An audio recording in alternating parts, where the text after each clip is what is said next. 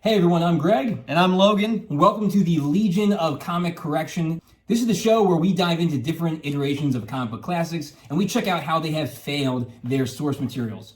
We review movies, comic books, TV shows, video games, you name it. We bring justice to your favorite comic book worlds. Let's jump into our offender of the day.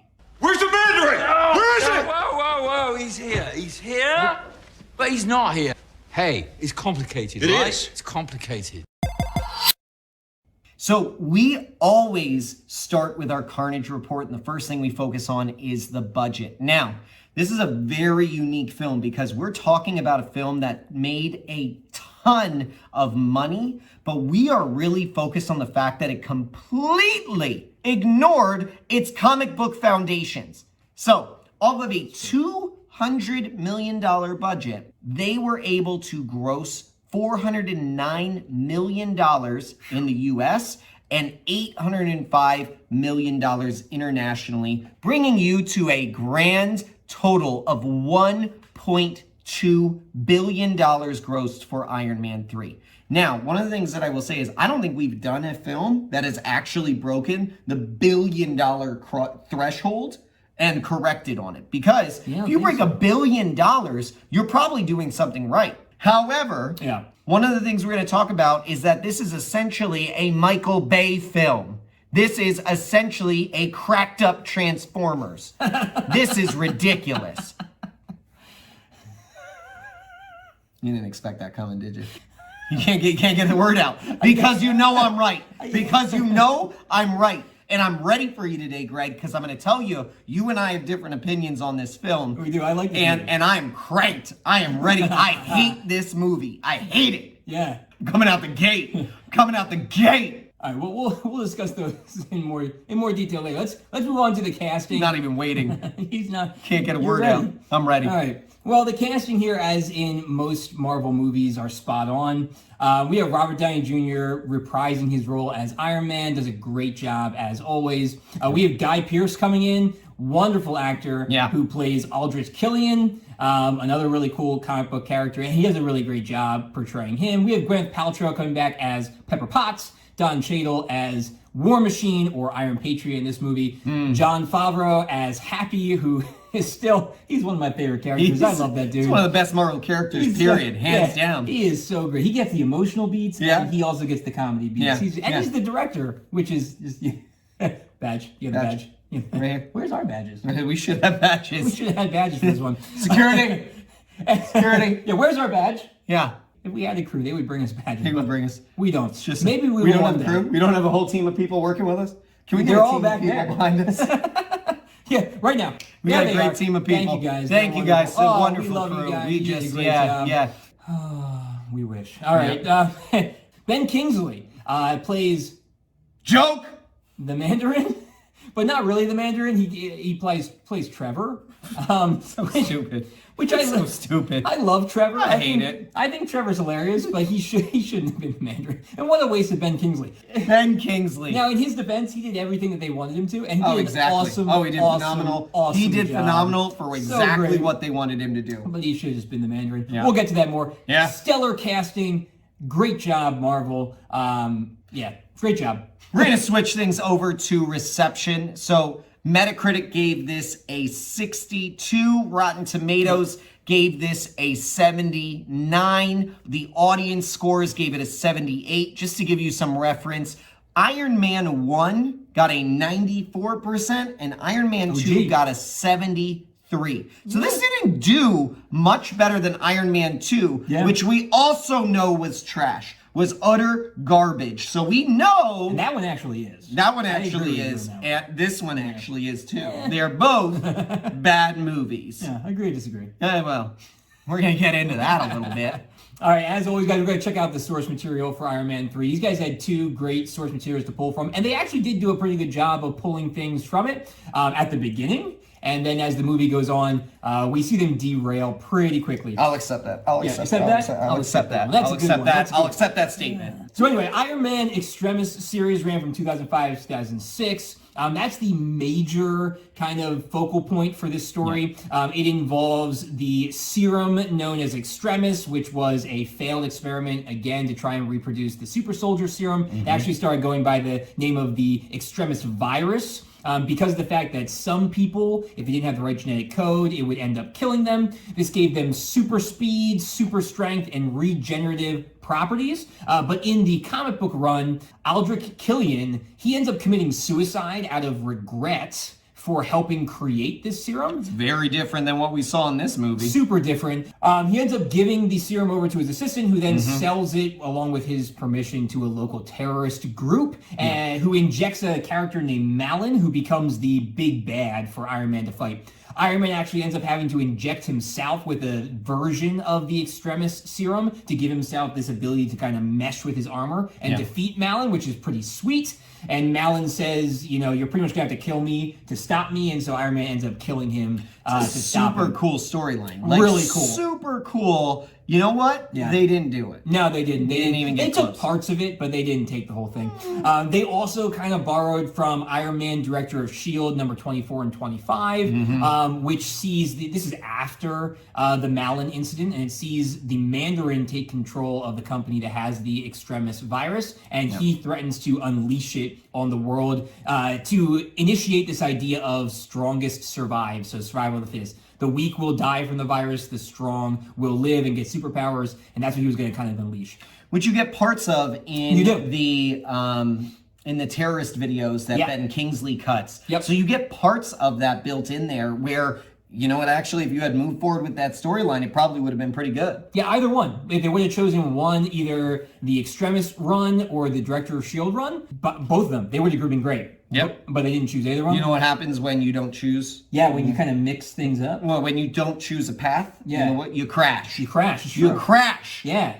So now let's dig into our actual comic correction.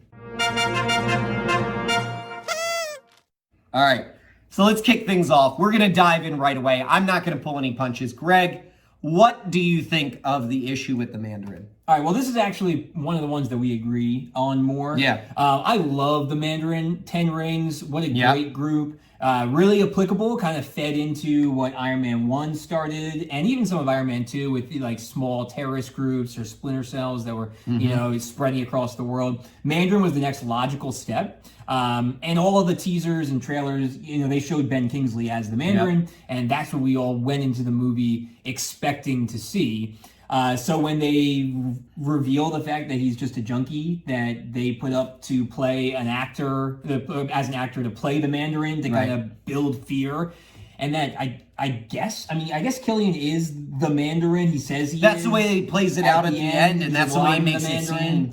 Yeah. Nobody sits there and is like, yeah, he's the Mandarin. Nobody. No, it's just, it was Because really, he's got a dragon on him? He's got a tattooed dragon on him. Yeah, why? Does the Mandarin have a dragon on him in the No! comics? I don't think so. I don't know. Yeah, it was weird. I don't know ridiculous. why the dragon was on. They didn't really explain that. Other than the You fact want to that know why? You want to know why? fire. Yeah, because he is a dragon. Right. Yeah, Because right. he's an exploding dragon. Right after he breathed fire. He went to the tattoo He went to parlor. the tattoo. They just had him- They had him throw a dragon on And he him. would heal right away. Yeah, He's got the immediately, healing because he's got properties, the. so, I don't even know if they'd be able. How did he get a tattoo on him if he immediately heals? He must have had it. He must have. He got had to have had it the before. Extremis. He was like, This you is know, ridiculous. You know what I'm going to be when I grow up? I'm trying to exploding dragon. I'm going to be exploding dragon. Yeah. I hate what they did to the Mandarin. Oh, I yeah, it's cannot terrible. Yeah. stand it. The Mandarin is Iron Man's big bad. He is Iron Man's villain.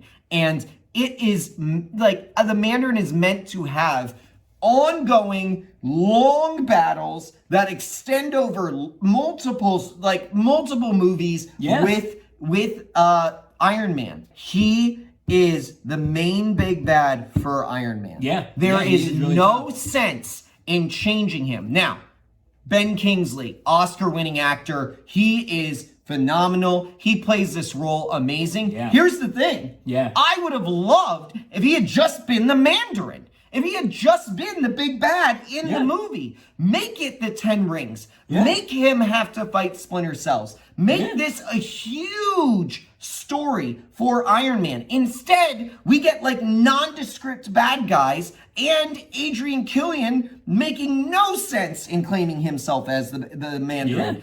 I was there to see the Mandarin fight Iron Man, and instead, I got a roided out Guy Pearce. Yeah. Who can breathe fire? Well, that's pretty cool. Now, it's not as cool as the Mandarin. Well, yeah. It's so much of a waste of comic book material. Now, I agree. So I think I have no problem with Killian being the big bad of this movie. If he was working for the Mandarin. If he was like working for the Mandarin. If he actually was, they flipped the script. Right. Yeah. And then he beats Killian at the end. Right. But there's that looming threat of the 10 rings still out there and the Mandarin's still out there. I wouldn't have minded. That'd have been great. Yeah, I wouldn't have minded if the end bad guy was a fire-breathing Guy Pearce. Like, I wouldn't have minded that. I really think the fact that Iron Man deviates over the course of 3 movies. First movie, fantastic. I'm not talking about that. But between the second and the third, they deviate so much from comics. They are no longer sticking to their source material. It's why 2 and 3 didn't do as well as 1. Like, it made a whole bunch of money, but you disappointed a whole bunch of people along the way. If I went for the Mandarin, I expect to see the Mandarin versus Iron Man. The Mandarin is a joke, both literally and figuratively in this film. That is pathetic. So speaking of the villains, and not just Killian, we know he's breathing fire, literally, by the end of the movie. But what did you think about the third act, like the last 35 minutes or so of the film, when it takes place by the oil rigs and the president's strung up? What do you think about that? Who are these people? Who are these people? They come out of nowhere, and apparently they are just absolutely fanatic and loyal to Killian and successful. Like, their genetic code works. Right, their genetic code was work. rare. Like, this is crazy. Yeah. It makes no sense with the storyline, and we're supposed to then have it justify Tony's insanity of creating all of the Iron Men. Like, this is justification. We're supposed to justify him losing his mind over creating all of these super suits. And don't get me wrong, the super suits are awesome. Seeing all the different versions and everything, super cool to see. Poor usage. Like, what are we doing? Yeah, they were on screen for like a few seconds, and then they destroyed. They're destroyed immediately. Super blown up. Like, that's the thing. The bad guys are just exploding dragons. They are created to explode and shoot lava out of their mouths or hands or cut things. They're just super hot dragons. Yeah, no, I feel like this movie started really, really well. Like, it started really strong. Right. I thought so too. Killian's a great bad guy. He is a great bad guy. A really good job. The narrative of him being changing, being rejected by Tony, and that was changing really cool. Himself, seeking to better himself,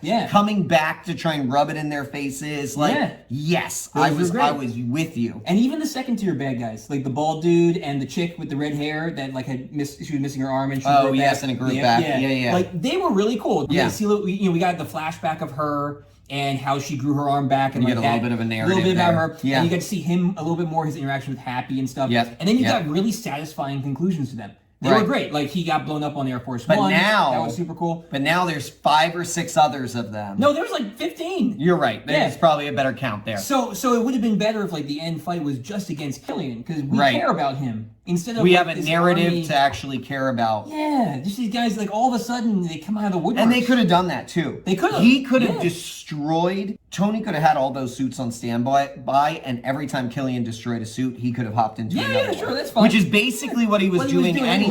Yeah, that's fine. Which is basically the story. And get Rhodey one, right? You can go get the presidents. Right, exactly. Yeah. But like, other than that, there was no need to introduce a super army of people and then not have it be the 10 rings. I just don't like the way that it played out. How they resolved it. It's just I completely unnecessary the way that they resolved it. Yeah. And then also to have Tony destroy all the suits, I don't. Yeah, there's a lot of explosions at the end. There's so many explosions. Yeah. Do you know what it reminds me of? Yes. I know. What does it remind you? It's a Michael Bay film. It's not. It's not. The whole movie is a Michael Bay film. No. Okay, what are the qualifications of a Michael Bay film? gratuitous women, Yep. lots of explosions, Right. zero character development, Right. third act that falls flat. Third act that falls flat. Yeah, Go back. Let's play it back. Let's play it back. Falls flat.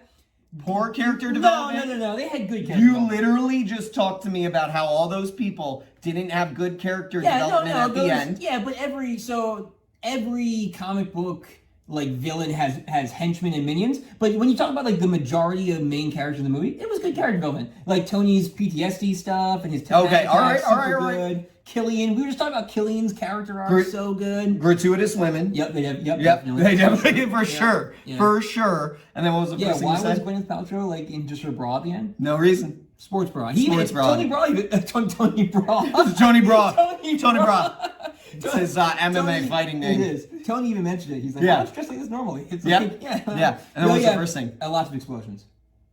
There are a lot of explosions. You nailed 3 out of 4, and I'm only giving you the fact that there was But I would say poor character the development gratuitous explosions was insanity. Yeah, but it was only like 20% of the film. Whereas Michael there Bay's was movie was gratuitous. like 98% of the film. But listen. Transformers. Yeah. What are all the explosions?